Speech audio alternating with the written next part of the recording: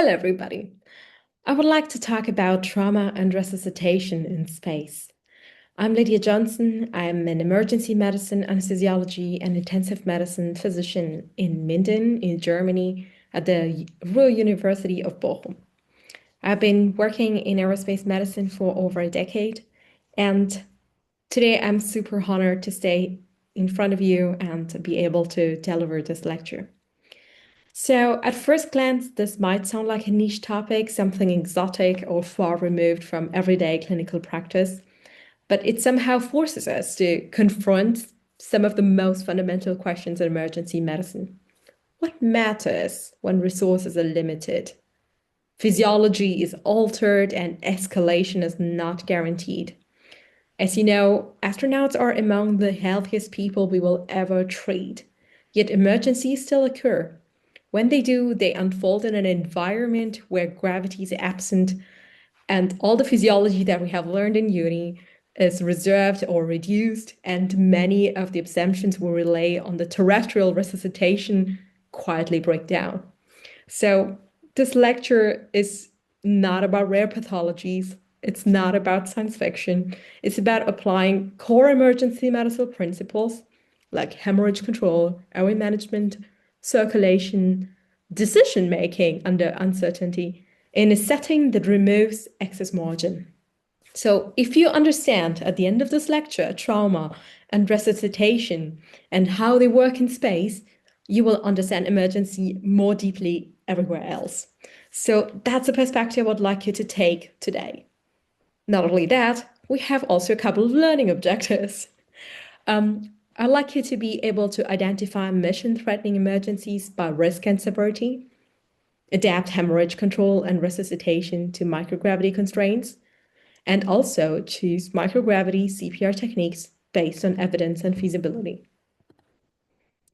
This is a mandatory slide when you talk about any kind of pathology, any kind of situation that you want to deeply delve into. Statistic is sometimes considered the boring part, but that let us understand how does all of this impact us? What numbers are we talking about? So the best ISS era epidemiology that we have is from Kirshen 2016 et al.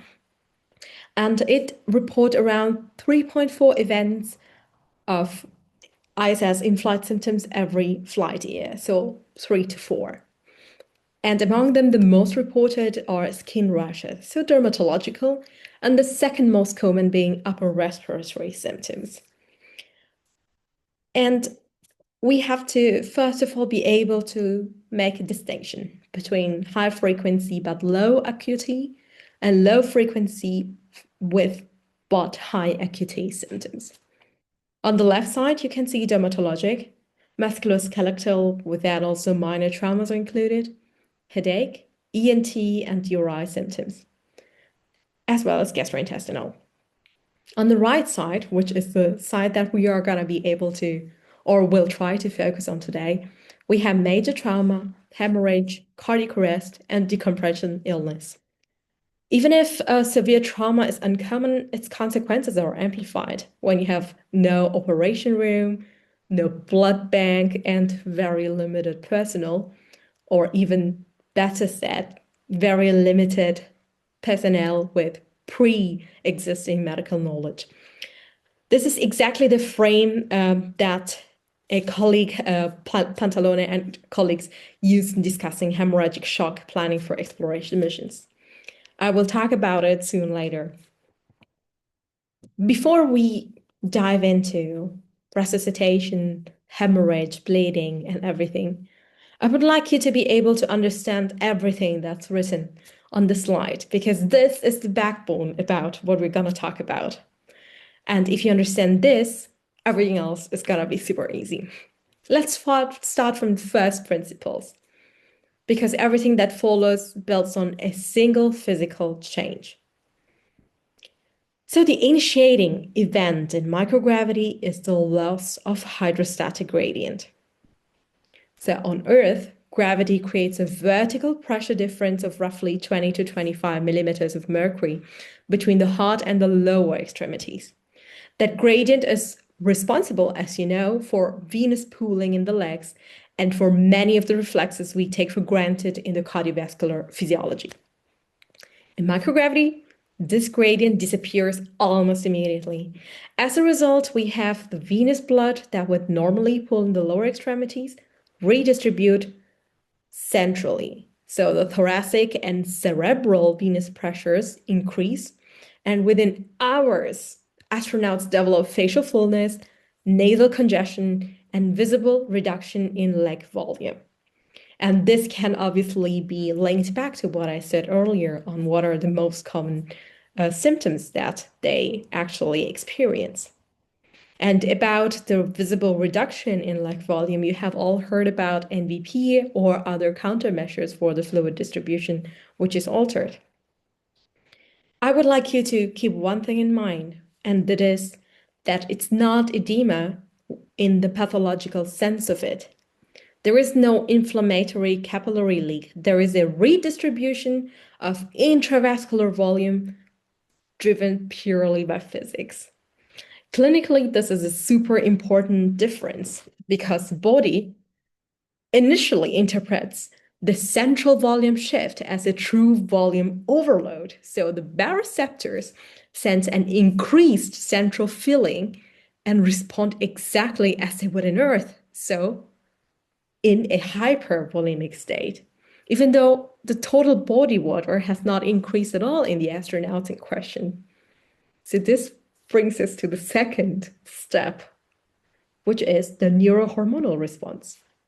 So the body responds in a totally, completely predictable manner if we just think about it, and in a manner which is earth-based, because that's what the body is used to. There is a suppression of the renin, angiotensin, aldosterone system, and we have consequently an increased ANP, adrenergic peptide release. We have a reduced sympathetic tone to the kidneys, and that means the net effect is diuresis and natriuresis. So over days, this leads to a renal reduction in circulating plasma volume. And this means that we have typically in range of 10 to 23% decrease of plasma volume. And this has been seen on several flight studies. Isn't this fascinating? It's one of the most consistent findings in spaceflight physiology. And this is critical and conceptual pivot because the astronaut is no longer merely fluid shifted. They're actually hypovolemic by the Earth standards, if we think about it. So what does this mean for my presentation or my lecture here? So when trauma occurs, the starting point is different than the trauma on Earth as we're used to it. There's less circulating volume, less preload reserve, and therefore a small margin for tolerating hemorrhage. A volume loss that might be compensated on Earth may push an astronaut into decompensation much sooner. So now let's address red cell mass, because this is often pretty misunderstood. Historically, the term space anemia, I'm sure some of you have heard about it, was used, and it was misleading though, if taken at face value. Early missions showed a reduction in red cell mass on the order to 20 to 23 to 10 to 23%, like I stated here. And this appears to be mediated by reduced erythropoietin production and reduced mechanical and hypoxic stimuli for the erythropoiesis, which is also pretty straightforward when you think about it. And over long missions, measured hemoglobin concentrations may appear normal or even elevated. This creates an apparent contradiction when you think about it. But then you have to remember what we said, that plasma volume has contracted. Hemoglobin concentration can look reassuring even when absolute red cell mass is reduced and total oxygen carrying capacity is lower than assumed. So what's again the clinical implication? It's the exact same that we teach on Earth, but amplified. A normal hemoglobin early in bleeding is not reassuring. In microgravity, it might be even more misleading. Now, let's move to the heart itself, right? Over weeks to months in microgravity, the heart learns to adapt to a lower workload state, meaning the ventricular mass decreases, the rest stroke volume requirement decreases, and the diastolic filling characteristics change. This is not supposed to be understood as a cardiomyopathy in the pathological sense of it, but it's a physiological remodeling. So at rest, the cardiac output is often preserved, and the problem or the uncertainty will raise when we are talking about under stress. For example, during hemorrhage, sepsis, or cardiac arrest.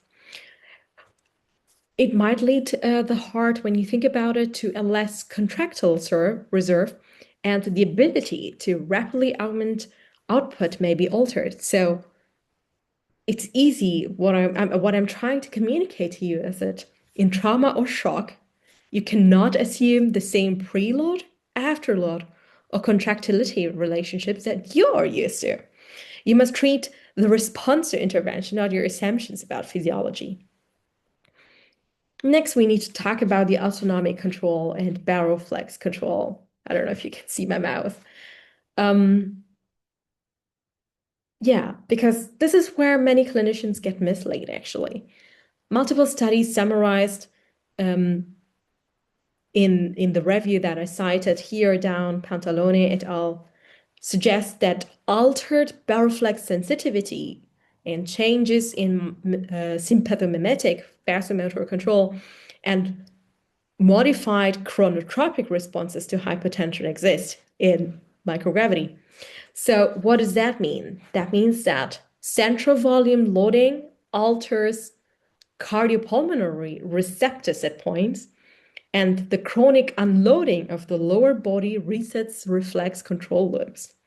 So this does not mean necessarily that astronauts cannot compensate. It means that compensation may be delayed, blunted, or different in pattern. So the clinical consequence is just critical. So the classic traumatic heuristics become less reliable. And for example, the first red alert that we have on Earth, the tachycardia, may be muted and the blood pressure may appear acceptable until maybe late. And the peripheral perfusion signs may not correlate well with the true circulatory adequacy. So it's difficult for us to have the same science that we used to base on Earth. So let's come to the last point of the slide, which is pretty full, I realize now, which is the vascular tone and peripheral circulation. So we have microgravity, and it definitely affects vascular control at multiple levels. So we have a reduced sympathetic vasoconstrictor tone in some vascular beds. We have altered muscle sympathetic nerve activity, and we have a reduced need for lower extremity vasoconstriction, as you might imagine from what we have just spoken about. On Earth, vasoconstriction is one of the primary compensatory mechanisms in hemorrhage. When you think about a classical hemorrhage patient, maybe you have seen a hemorrhage patient intraoperatively or outside when you're in an ambulance. In microgravity adapted physiology, that response may be attenuated or redistributed. And operationally, this means that peripheral signs like cool extremities, delayed capillary refill, they all might be just unreliable. So your resuscitation should prioritize central perfusion and organ function and not markers of shock, unfortunately. So when you put all this together, you arrive at what we can reasonably call the space trauma phenotype. So the microgravity adapted patient, in this case an astronaut, is functionally hypovolemic, has reduced compensatory reserve, altered autonomic signaling. This does not mean that they are unstable at all. It means just that when an insult occurs, a deterioration may be faster and less obvious than on the patients on Earth. So I hope that what I was trying to communicate to you about microgravity peculiarities are now more or less clear. Let's just dive a bit deeper into it. We're in space. What are the challenges for emergency care in space other than the physiological ones that I just listed? I will start from the left. We have infrastructure. What does that mean? That means that we don't have a CT scanner, we don't have an operating room, no intensive care unit, and no lab capabilities, and everything is extremely limited. So quite the contrary on, for example, what I'm used to on Earth. That means two things immediately. So diagnosis must be syndromic and probabilistic, and treatment must be default damage control rather than definitive correction. You don't have the time to do that or the resources. So we come to the second point, resources. Oxygen, fluids, medication, blood products, and even disposables are finite and mission critical. So unlike in Earth, where resuscitation errors can often be compensated with more resources, in space, every intervention has an opportunity cost. This forces a disciplined prioritization of intervention that are high yield and low waste, which is a crazy thing to think about when we just are taking a step back and are mindful about our practice on our day-to-day life on Earth. Then we have a third point, which is not to underestimate, which is personnel. Crews are often small and most of the time fewer than 10 people. If we think about ISS, limited redundancy. Even when there is a designated crew medical officer, that person may not be a physician, and everyone else still has mission duties. And fatigue becomes a limiting factor very early on, which is why crew resource management, role clarity, and checklists are not optional. I'm not going to talk about crew resource management now because I have a designated slide for that later on. Fourth, we have physical environment. We have spoke about how microgravity fundamentally alters everything. But on top of the physiological differences, we have the patients and providers floating. We have blood, fluids, and instruments, they don't stay where you expect them to stay. And before airway management, CPR, or hemorrhagic control can be effective, you must first anchor the patient and the providers and contain the environment. So in space, making care physically possible is a prerequisite step. And in the end, last but not the least important, we have time and latency.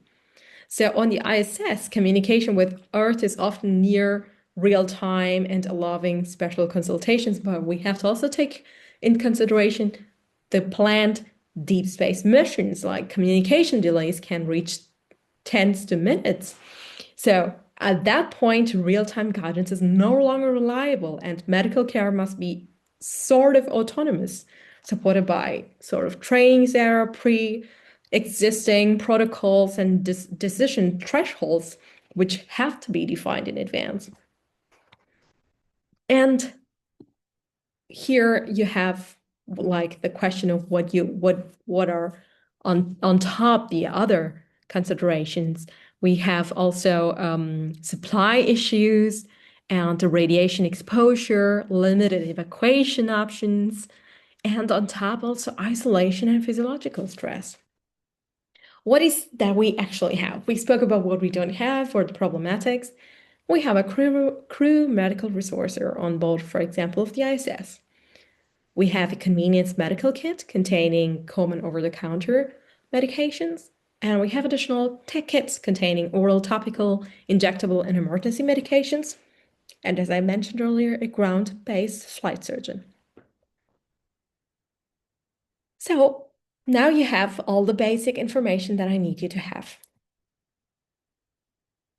In low Earth orbit, evacuation is not a failure of onboard medicine.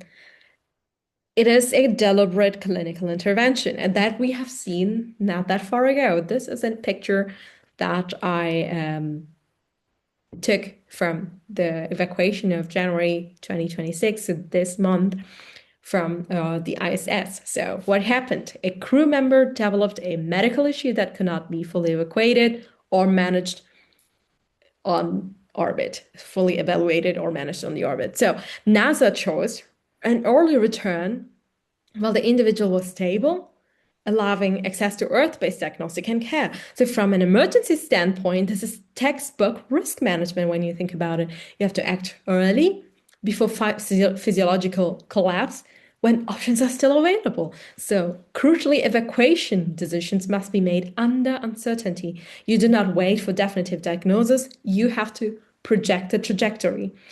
We also do that when you think about it in trauma bypass or early transfer for stroke or STEMI on Earth. We also do that when we are outside. But this is the first documented evacuation of an astronaut from space, which is pretty interesting to think about, and it fits with the lecture. So I decided to put it in. Slides not going further. So this is one of those banners that who works in emergency rooms and coding rooms have seen hanging forever. This is a super interesting concept, the crew resource management, because it is born from the marriage between emergency medicine and aviation. So the crew resource management. There was a case of a pilot whose wife died in an elective operation surgery, and afterwards he tried to, because of a communication error between the colleagues, medical colleagues. And then, since then, the pilot tried to integrate the crew resource management into medicine, which is fabulous. I'll go through it. I'll look at the slides for a moment. So it says, call for help early. You need a designated leadership, anticipate and plan, establish role clarity, distribute the workload, communicate effectively, know the environment, use all available information, allocate attention wisely, mobilize resources, and use cognitive ads. One of the things that I have not put in here is a 10 for 10, meaning everybody is supposed to be able to speak up, and it's also advisable that the designated leader or whoever feels the need does a 10 for 10. So 10 seconds to plan the next 10 minutes. So now coming back to space, evacuation only works if the crew can function as an effective resuscitation team. Crews are small, fatigue develops quickly, we spoke about it, and not everyone is medically trained. So that is why, especially in space, crew resource management is not an optional soft skill. It's a clinical safety intervention. So you need to do clear role assignment, closed loop communication, what we all know from our emergency medicine training, and the use of checklists, which should help you to reduce cognitive load and error when personnel and time are limited. So the lesson is that sometimes algorithms do save lives. So you have to support, the CRM is supposed to support the full medical autonomy by being complementary to the basic soft skill of common togetherness or working in the togetherness, which is important in any kind of environment. So now you heard a lot about crew resource management, physiology. Where do you start? We're talking about intervention in space, but we don't know where to start. You're baffled. Algorithms, we come back to the algorithms. Like on Earth, you're going to be starting with CABCD. So here on Earth, we have the CABCD approach for one reason. It enforces prioritization under uncertainty. So it ensures that we are able to identify and treat immediately life-threatening problems before we become threatened or distracted by diagnosis, mechanisms, or complexity of what we are in front of. So the important point is that space does not change the hierarchy of threats. So when we have an airway problem or an airway obstruction, it still kills because of hypoxia. Hypoxia kills before most of the injuries. Hemorrhage still kills faster than infection. So what changes in space is that we have to it doesn't change in space, the order in which we have to act, but the margin of error. So, according to the new trauma guidelines, you're supposed to now start with C, which is critical bleeding. We we have to move also in space pretty explicitly with a C for catastrophic hemorrhage, and it's not like something that we are doing only in space, but it's also pretty common in tactical and combat casualty care and mass casualty on medicine on Earth as well. So the difference in Earth is that the catastrophic hemorrhage is even less forgiving because the patient may already have reduced circulatory volume due to microgravity-induced diuresis, which I mentioned earlier, and because blood products are definitely surgical control or limited and absent. So also in space, keep it in mind, it starts with C, A, B, C, D and hemorrhage control. So if there is a life-threatening external bleeding, that must be controlled immediately using, as on Earth, pressure, packing, or tourniquet before proceeding further. This is the most effective way to prevent a preventable death. Now, before we even start addressing airway or breathing, there's a step that does not formally exist in terrestrial algorithms, but becomes pretty essential in space, which is making care physically possible. In microgravity, as we said earlier, both patient and provider are free floating, and without anchoring the patient and the provider, you cannot effectively ventilate, perform CPR, or control bleeding reliably. So anchoring and environmental control function as a step zero in space trauma care. So once C, small c, is addressed and the environment is stabilized, we proceed to airway. Obviously, this in ideal situation. The principle also in A is unchanged. We maintain patency, protect against aspiration, and ensure oxygen delivery. What changes is just the execution. It must be simple, robust, and surely fixated because equipment and patient will not stay in the position where you left them at.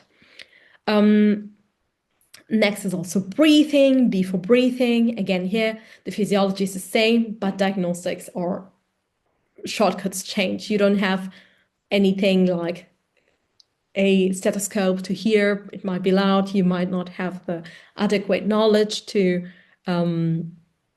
access breathing changes.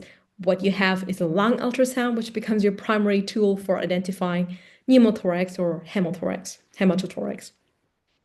So then we move to C, circulation. But here again, space shifts emphasis.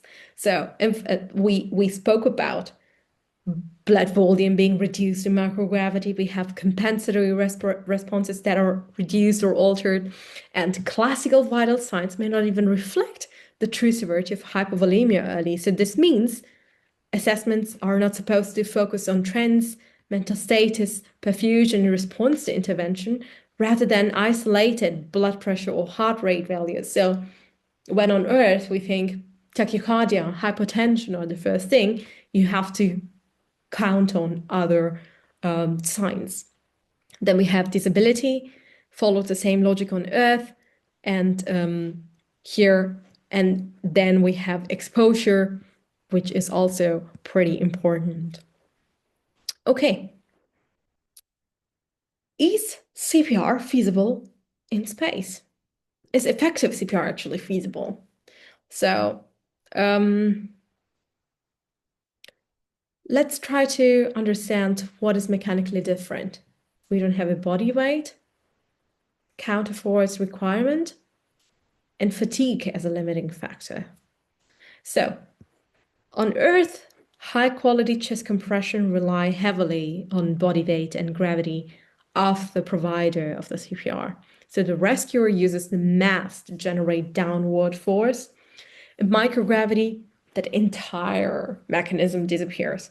So if you push on the chest without a counterforce, you and the patient simply separate. So the feasibility question becomes, can a human rescuer reliably generate sufficient compression depth, rate, and recoil using muscular force and counter bracing alone? And can they sustain that effort long enough to matter? This has been actually tested. So, beginning in the late 1980s and continuing through the last 2 decades, multiple groups have studied CPR in simulated microgravity environments, including parabolic flights, suspension systems, underwater analogs, and high fidelity mannequin studies. These are imperfect models, I know that, but they are the best ethically and operationally available ones.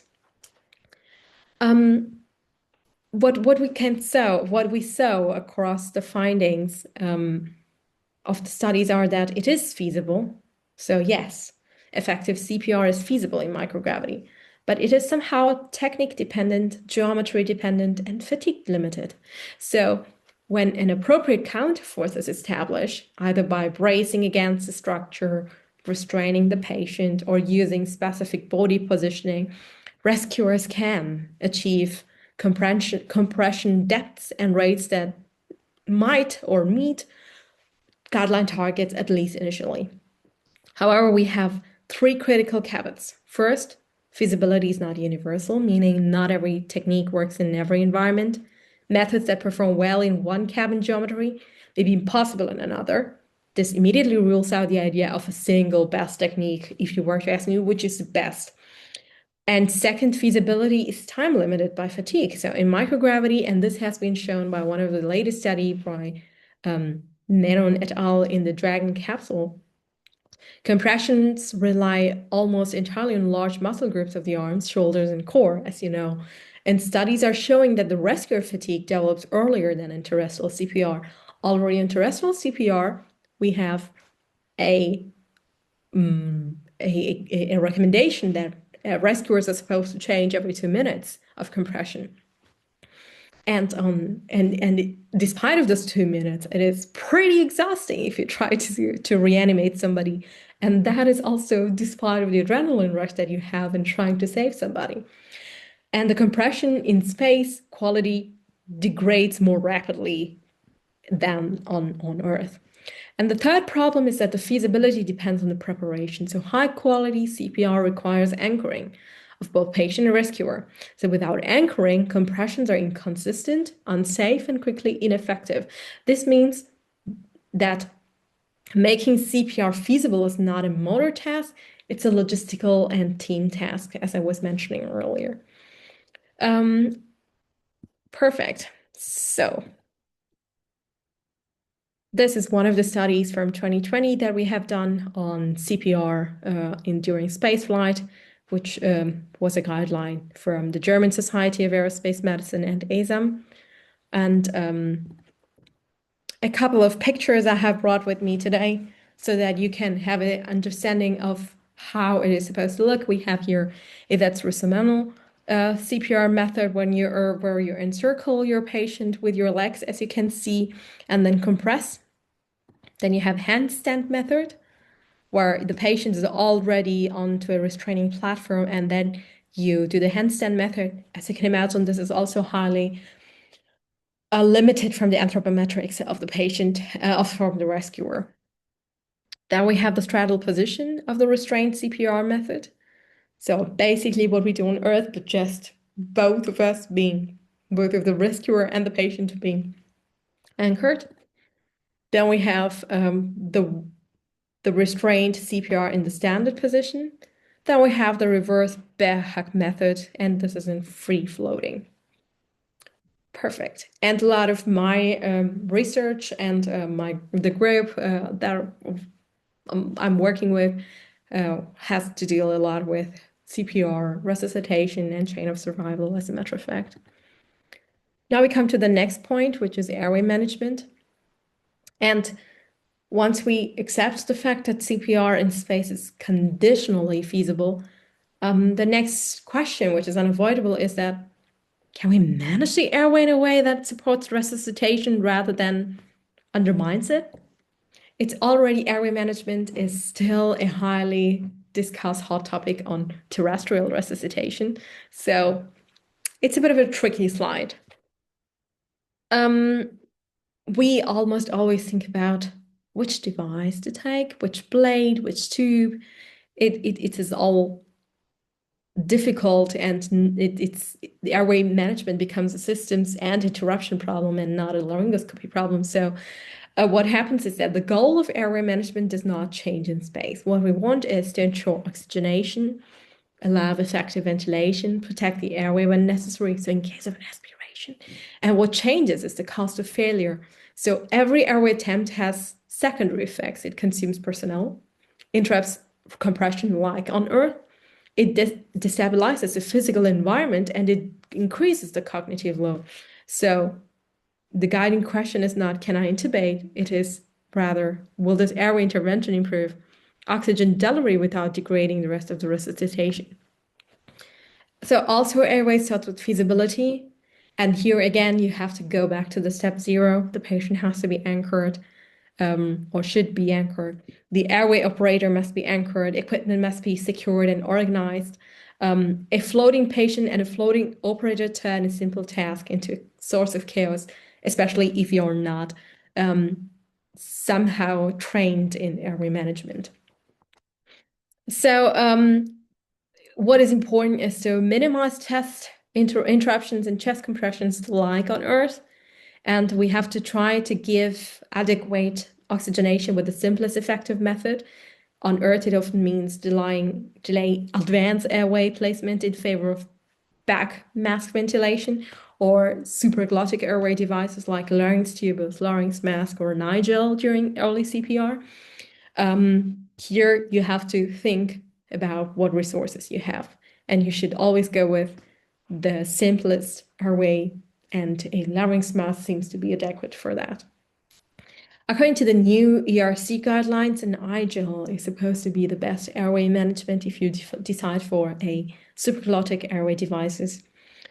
And the back mask ventilation might be difficult in here because most of the people are not who find themselves in a situation of resuscitation are not people who are extensively trained in the CGRIF or in being able to do single mount bulk mask ventilation. So most of the time you need two people who are doing that. So it costs also people, personnel, and it is a resource cost that must be acknowledged, even if it's important. So it is important that we understand and realize how can we integrate airway management in the CPR choreography. We have to make sure that the airway intervention disrupts the compressions at least. And it comes with a spontaneous question of intra-arrest ventilation. Which are the challenges? We have intra-arrest ventilation and post-ROS care.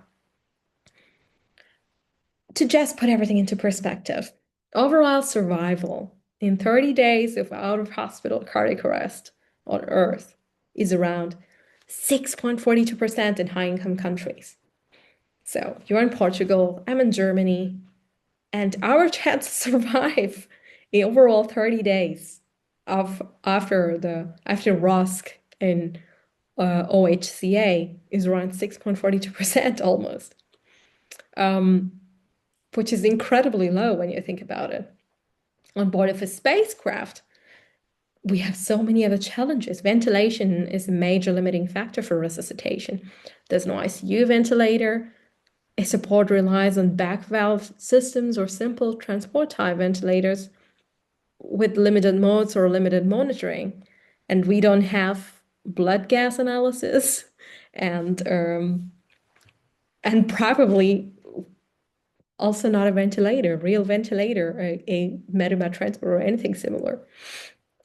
So even if intra-arrest ventilation is a complex topic, which I don't want to delve into, also because also still on Earth, we are struggling to figure out which is the perfect mode or what is the adequate way to ensure an appropriate intra-arrest ventilation. That means that we still have the ventilation capability on board being very reduced. We have intra-arrest ventilation being very limited, and we are just focusing on avoiding hypoxia and hyperventilation. And how successful are we in doing that? And after ROSC, the physiology changed also immediately, and ventilation becomes central to oxygen delivery and neurological outcome. But also here we have limitations, and we don't have a precise control of oxygenation and carbon dioxide. And all the monitoring that we can think about in the terrestrial setting is limited. And the team, if there is a ROSC, is fatigued. And as a result, post-ROSC patients are, as you can imagine, extremely vulnerable to hypoxia, hypertension, and they often rearrest. So the key point is in space, CPAP is feasible, but survival is often limited, not by achieving ROSC, but the ability to provide stable ventilation support afterwards. So here we come to the third point and the third challenge, which is post-ROSC care. So yeah, what do we do? Do we evacuate? Do we bring the patient back? It still remains a pretty open question about how can we create a pretty decent post-ROSC care, especially in deep space missions. I'm not going to go into how to decide when to end a resuscitation, which are the details for that, because I know that a colleague of mine is doing a presentation on that or a lecture on that for you, so I don't want to spoil it.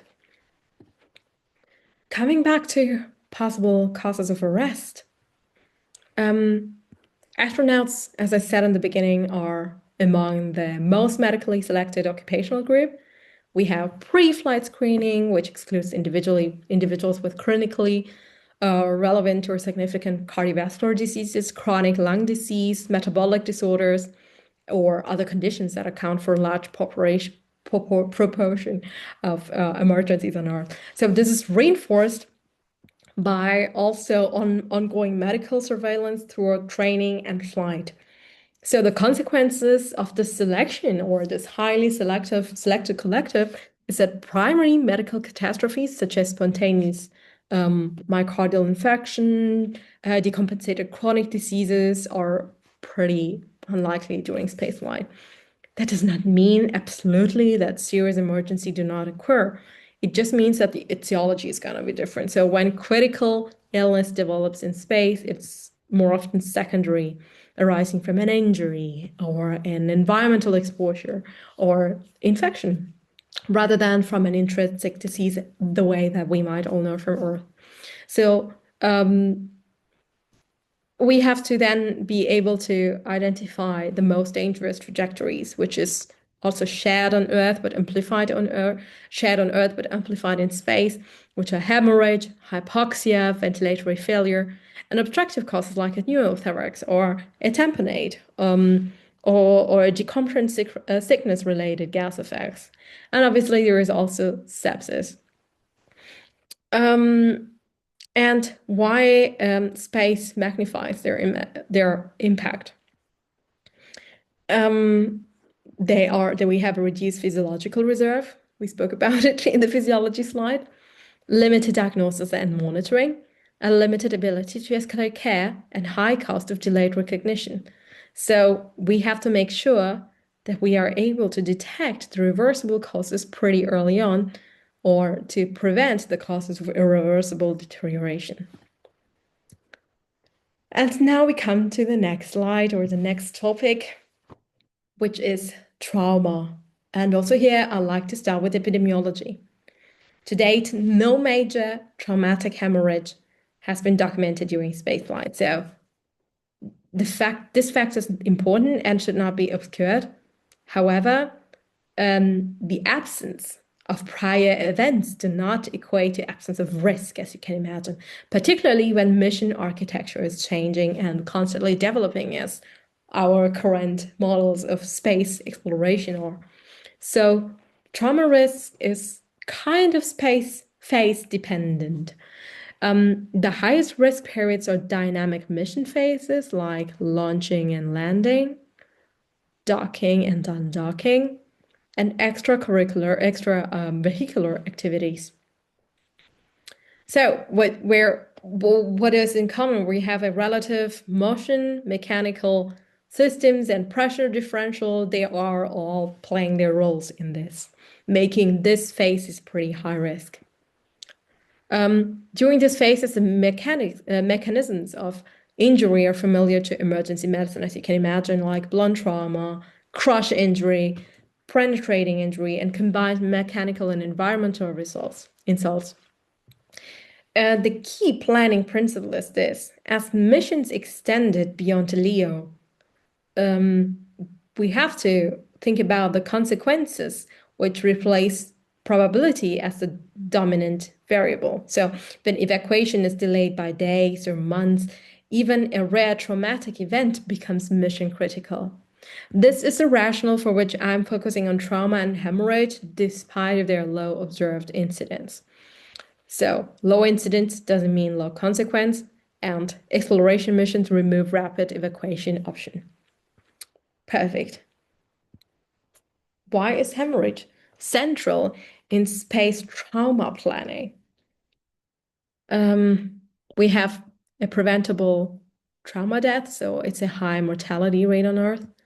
Surgical emergency, highest impact on space. We have a depleted resource state, also physiologically, microgravity effects that we spoke about, and also now definitive care. So the things in common, or the things that I'm listing, are pretty much in common with the microgravity. And we can distinguish hemorrhage into two categories. We have internal hemorrhage and external hemorrhage. So we are going to use the same fundamental categories that we are going to use on Earth: compressible versus non-compressible bleeding. External hemorrhage, particularly from the extremities or junctional areas, is the most actionable category.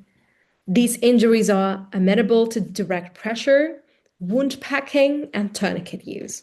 So these interventions are mechanically simple, low technology, but still high yield, making them well suited to the constraints of spaceflight.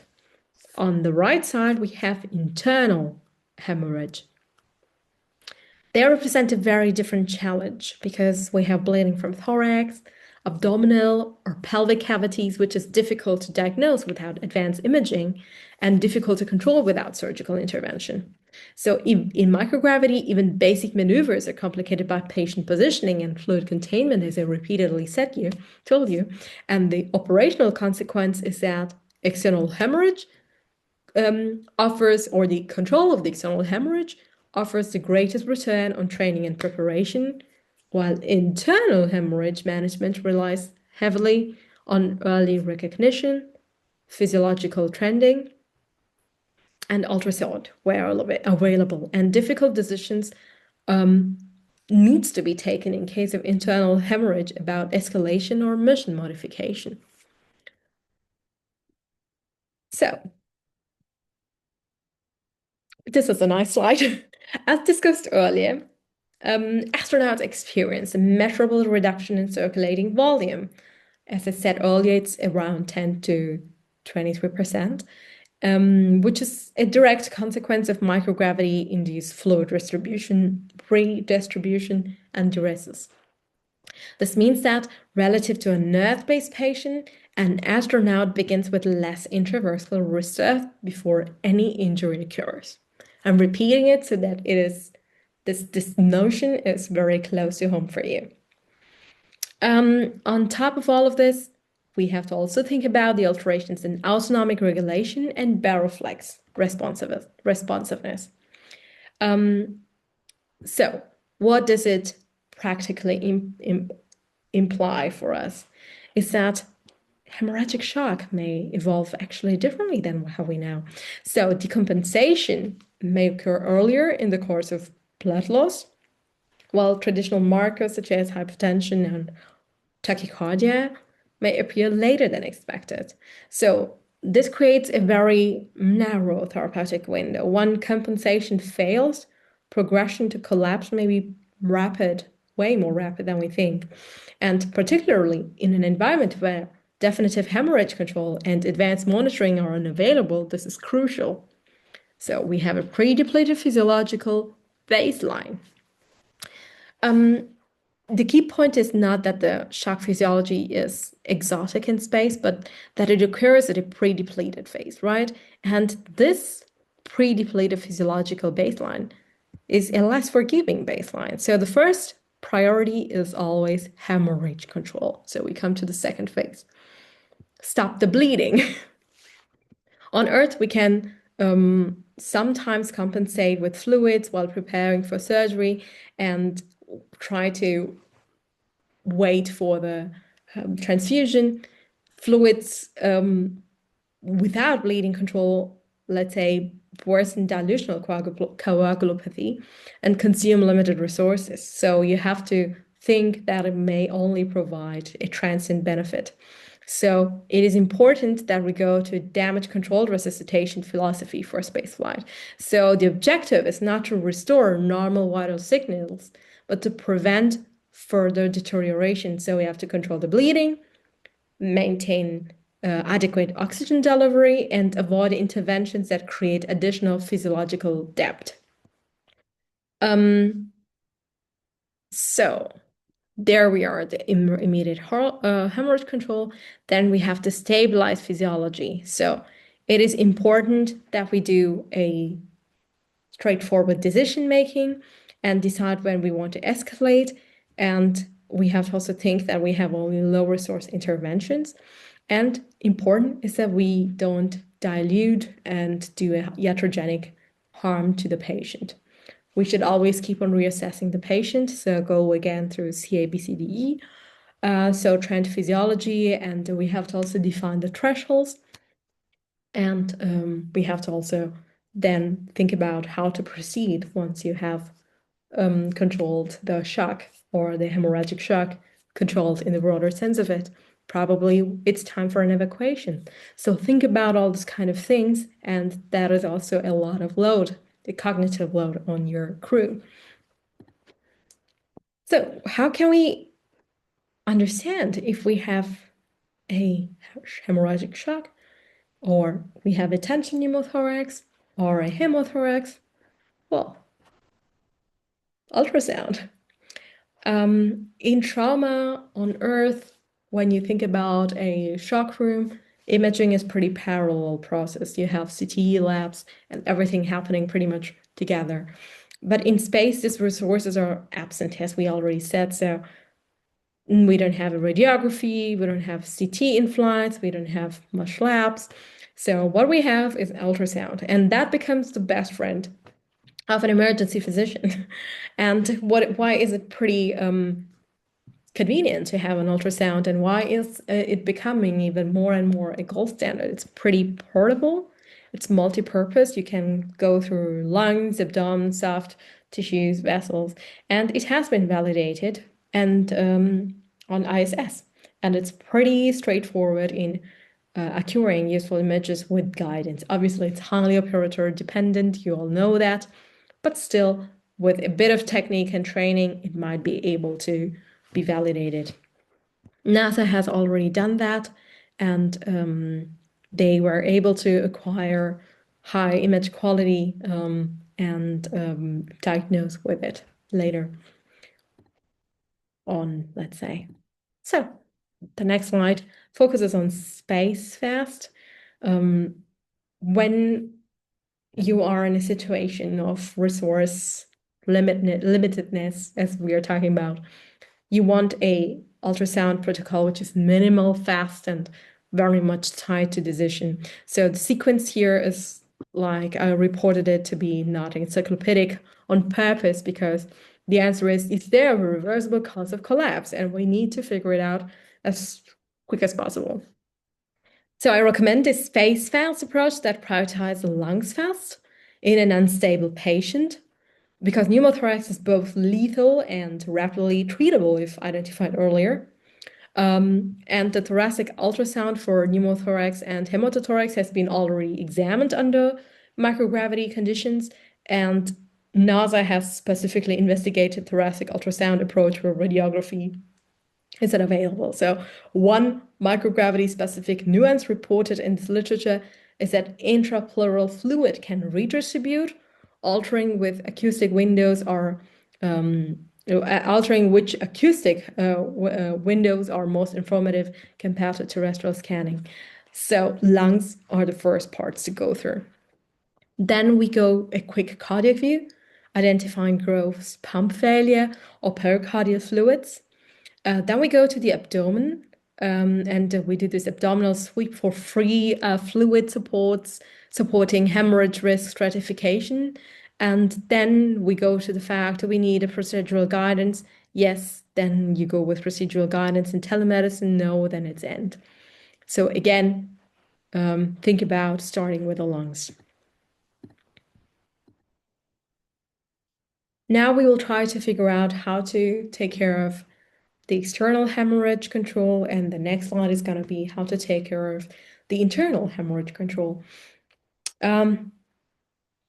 It's like external hemorrhage control is pretty much one of the few areas of in space trauma where the evidence base from Earth transfers directly and reliably.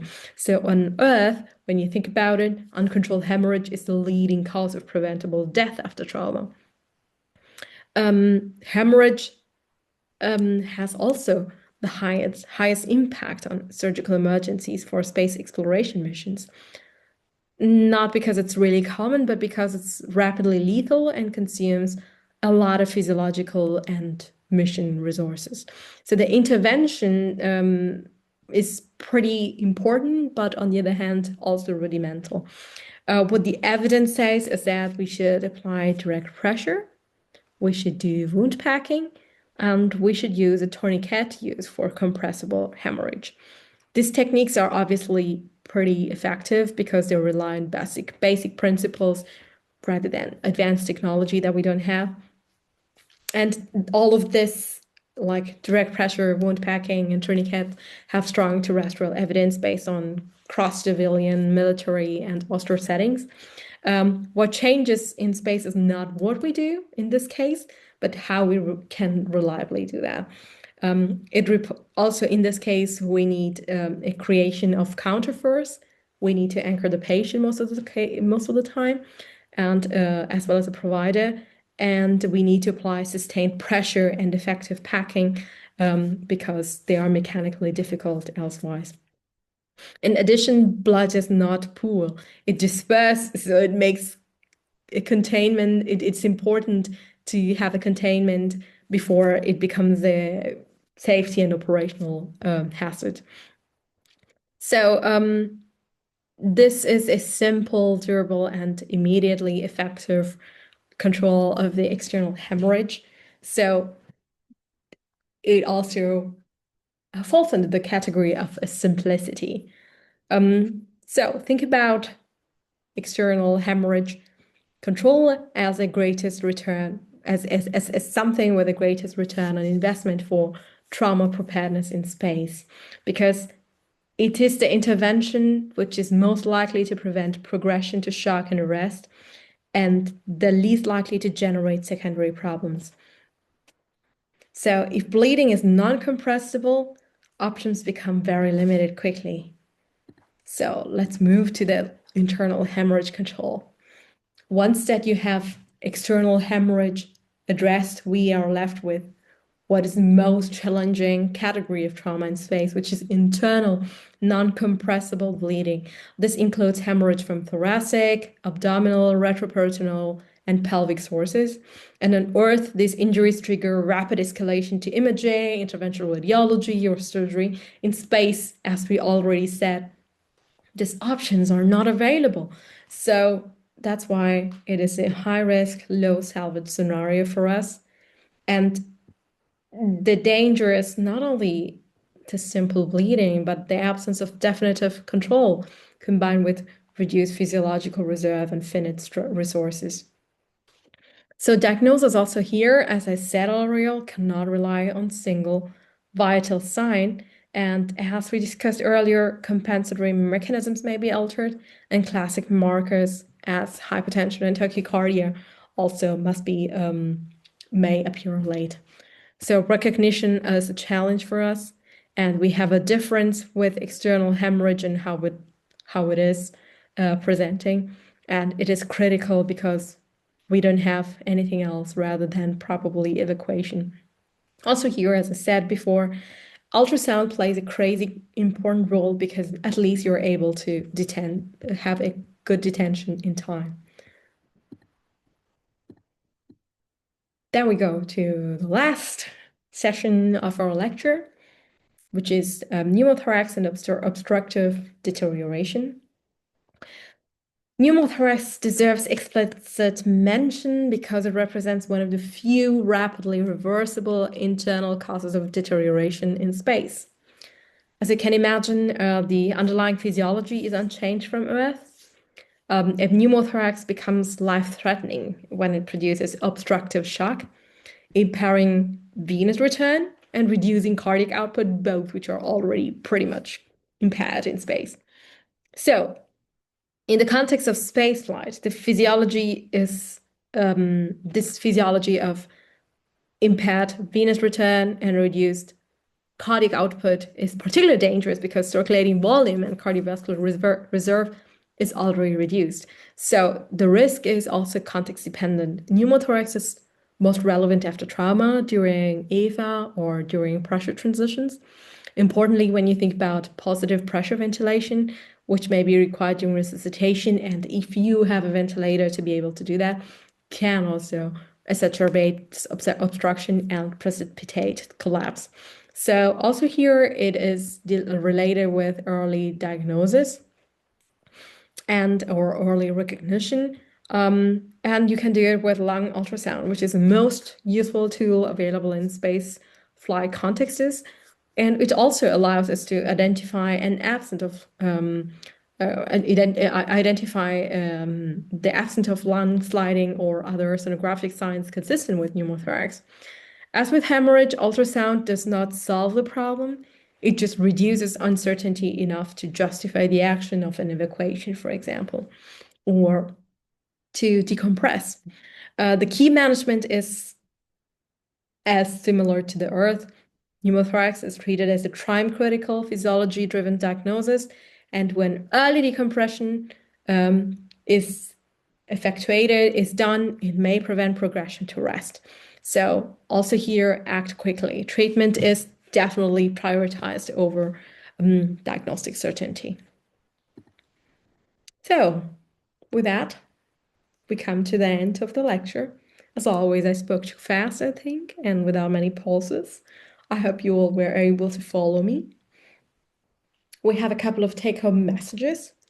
It's important to me that you all understand that trauma and resuscitation is not defined by technology or heroics, but it is like we go back to earlier medicine. It's like prioritization, early recognition, and disciplined decision making. We spoke about hemorrhage, hypoxia, and obstructive physiology because they are more preventable. They are the most preventable drivers of a collapse. We spoke about resuscitation. It is possible, but it's often fragile, and post-ROS care is frequently the limiting step. And if you take one principle from this lecture, it should be this: in space and in any ultra environment, the most effective emergency care happens before cardiac arrest. So preventive medicine. That principle applies far beyond space medicine when you think about it. So think about keeping in mind how to avoid cardiac arrest because a post-ROSC is very likely going to be limiting. We also spoke about ultrasound as a primary diagnostic step or tool in space emergencies. And as I said earlier, I would like to repeat again, emergency care in space is decision-driven. You have to think about your crew. You have to think about the decisions and what it means for your mission itself. So, thank you for listening. And if you have any questions, you can contact me on my email address. Thanks again for listening to me.